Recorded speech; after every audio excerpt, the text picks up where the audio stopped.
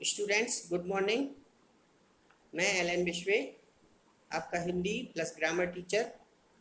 तो आज अपन कक्षा 8 का व्याकरण का पार्ट सेकंड पढ़ेंगे। तो पार्ट सेकंड में है वर्ण विचार। पार्ट सेकंड का नाम है वर्ण विचार, फेनोलॉजी।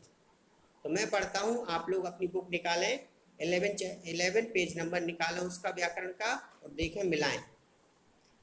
मुख से उच्चारित ध्वनि भाषा का मूल रूप कहलाती है। मुख से निकलने वाली ध्वनि को कुछ चिन्ह निर्धारित किए गए हैं जो वर्ण कहलाते हैं। वर्ण भाषा की सबसे छोटी इकाई है, इसके टुकड़े या खंड नहीं किए जा सकते। वर्ण को अक्षर भी कहा जाता है, अतः वर्ण को इस प्रकार परिभाषित किया जा सकता है। भाषा की सबसे छोटी इकाई जिसके खंड नहीं किए जा सकते वर्ण कहलाते हैं। वर्ण अक्षर का, खा, गा, घा, चा, छा, ये इनके कोई खंड नहीं किए जा सकते। अब देखिए वर्णमाला। वर्ण ध्वनियों के निम्नलिखित रूप होते हैं। वर्णों के व्यवस्थित रूप को वर्णमाला कहते हैं। हिंदी वर्णमाला में देवनागरी लिपि में लिखा जाता है। वर्णों के मेल से शब्दों की रचना होती है। वर्ण के भेद, देखो वर्ण के दो भेद होते हैं, एक स्वर, दूसरा व्यंजन। तो जिन वर्णों का उच्चारण बिना किसी रुकावट के स्वतंत्र रूप से होता है उन्हें स्वर कहते हैं। ये हिंदी में कुल 11 होते हैं। आ ई उ रे ऋषि ए आई ओ औ। ठीक है, आम आहा इसमें नहीं आता। अब स्वर के भेद, स्वर के 3 भेद बताए गए हैं, हास्य स्वर, दीर्घ स्वर और लुप्त स्वर। जिन स्वरों के उच्चारण में बहुत कम समय एक मात्रा का लगता है उन्हें हास्य स्वर कहते हैं, जैसे आ ई उ रे ऋषि। ठीक है। दीर्घ स्वर, जिन स्वरों के बोलने में मूल स्वरों के से लगभग दुगना समय लगता है, दूना दीर्घ स्वर कहलाते हैं, जैसे आ ई उ ए ऐ ओ औ। लुप्त स्वर, जिन स्वरों के उच्चारण में मूल स्वर या हास्य स्वर के से करीब तिगुना समय लगता है वे लुप्त स्वर कहलाते हैं। ठीक है ना, जैसे ओम, यानी ओ को तिगने समय में बोला जाता है। इसका प्रयोग जोर से पुकारने, गाने या रोते समय किया जाता है। स्वर की मात्राएं, अब देखिए, अब जब व्यंजन के साथ जुड़ते हैं तो उनका स्वरूप बदल जाता है। ये स्वर चिन्हों के रूप में प्रयुक्त होते हैं जिन्हें मात्राएं कहते हैं। सभी व्यंजनों के साथ आ की मात्रा जुड़ी रहती है। किसी भी व्यंजन पर आ की मात्रा नहीं लगाई जाती। देखिए, अब इसमें छोटा सा चार्ट दिया है मात्राओं का। आप लोग 8th में पहुंच चुके हो, तो मात्राएं, आपका ये चार्ट आपको उतारना है और मात्राएं को ध्यान से याद करना है, क्योंकि गलती होती है तो मात्राओं में ही होती है, तो आपका पूरा अक्षर का सेंस बदल जाता है। अब अयोग्य बाह्य, अनुस्वर, अनुनासिक, विसर्ग, आ की ध्वनि, ये इसमें बताया गया है, इसको आप लोग पढ़िए। ठीक है। अब मैं सेकंड पढ़ता हूँ, व्यंजन, जिन वर्णों का उच्चारण स्वतंत्र रूप से नहीं हो सकता और जिनके पूर्ण उच्चारण के लिए स्वरों की सहायता ली जाती है उन्हें व्यंजन कहा जाता है। अब देखिए, का वर्ग, चा वर्ग, टा वर्ग, ता वर्ग, पा वर्ग, अंतस्थ व्यंजन, ऊष्म व्यंजन, ये सब इसमें बताए गए। देखिए, अब का वर्ग में आता है का, खा, गा, घा, डा। चा वर्ग में आता है चा, छा, जा, झा, या। टा वर्ग में आता है टा, ठा, डा, ढा, णा। ता वर्ग में आता है ता, था, दा, धा, ना। पा वर्ग में आता है पा, फा, बा, भा, मा। अंतस्थ व्यंजन हो जाते हैं, या, रा, ला, वा। और ऊष्म व्यंजन होता है शा, शा, शा, हा। तो इनकी मात्रा है कितनी? 33। स्वर आपको 11 और व्यंजन आपको 33। प्रत्येक व्यंजन के नीचे एक छोटी सी तिरछी रेखा, जिसे हम हलंत कहते हैं, एक छोटी सी रेखा खींच दी जाती है, जैसे चा लिखा उसके नीचे लगा दिया, समझ में है ना। अब व्यंजन के भेद, स्पर्श व्यंजन, अंतस्थ व्यंजन, ऊष्म व्यंजन और संयुक्त व्यंजन। ठीक है ना, तो इनको आपको स्टडी करना है, पढ़ना है। अब है द्वैत व्यंजन।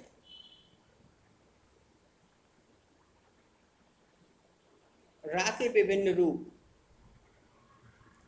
रा के मेल से बनने या संयुक्त व्यंजन बनने के नियम इस प्रकार हैं। सबके नियम बताए गए हैं, तो ये आपको पढ़ना है। ठीक है ना, जैसे सबके एग्जाम्पल दिए हैं, आपको समझ में आ जाएगा। अब है वर्णों का उच्चारण स्थान। उच्चारण की वर्ण संबंधी गलतियों को दूर करने के लिए वर्णों का उच्चारण स्थान जानना आवश्यक है।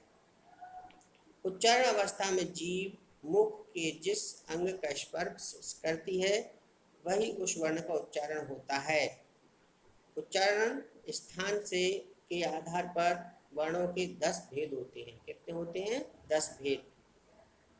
अब देखो, कंठस्थ और मूर्धस्य, तालव्य और दंत, ओष्ठ, दंतोष्ठ, नासिक, कंठतालव्य, कंठोत्तव्य, कंठोष्य और स्वर यंत्र से। तो सबके दिए हैं, इसमें कौन कौन से वर्ण आना है वो आपको पढ़ना है, आपको चार्ट में देखना है। श्वास वायु के आधार पर व्यंजन के भेद।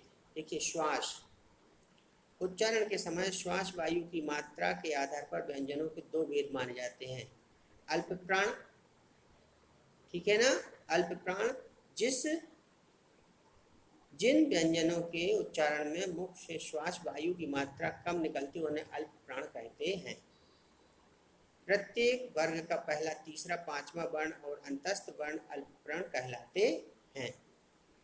का खा डा, चा छा या, टा ठा डा ढाड़ा, ता था डा, पा बा मा, या रा ला वा, ये आते हैं इसके अंतर्गत। अब देखिए, महाप्राण, जिन व्यंजनों के उच्चारण में मुख से श्वास वायु अधिक मात्रा में निकलती है उन्हें महाप्राण कहते हैं। जैसे खा खा,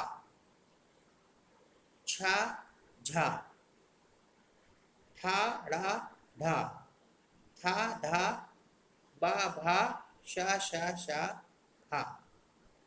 तो ये क्या है? महाप्राण। चार्ट देखिए आप लोग। स्वतंत्र, अब है स्वतंत्र तंत्रियों के आधार पर व्यंजन के भेद। स्वतंत्र तंत्रियों के कंपन के आधार पर व्यंजनों के भेद होते हैं।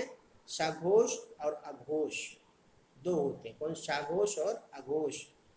जिन ध्वनि का उच्चारण करते समय हवा स्वर तंत्रियों के से टकराती है, बाहर आती है और दर्पण पैदा होता है, घर्षण पैदा होता है।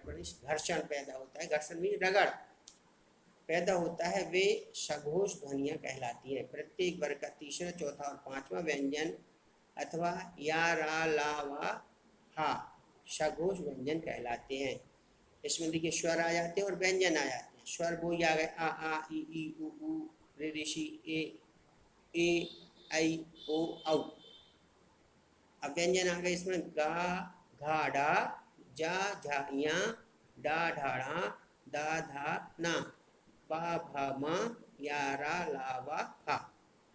अब अघोष, मैंने अपन को सघोष पढ़ाया अभी। अब अघोष, जिन व्यंजनों का उच्चारण करते समय स्वतंत्र तंत्रियों में कंपन नहीं होता, यानी आपकी सांसों में कंपन नहीं होता, अघोष व्यंजन कहलाते हैं। प्रत्येक वर्ग का पहला और दूसरा वर्ण शा शा शा अघोष व्यंजन है। देखिए, का, खा, चा छा, टा ढा, ता था, बा पा फा, शा शा शा। तो ये मैंने आपको पढ़ाया यहाँ तक। अब देखिए वर्ण विच्छेद, थोड़ा सा इसमें वर्ण विच्छेद का ही बताया गया है। किसी भी शब्द में प्रयुक्त वर्ण को अलग अलग करके लिखने की प्रक्रिया वर्ण विच्छेद कहलाती है।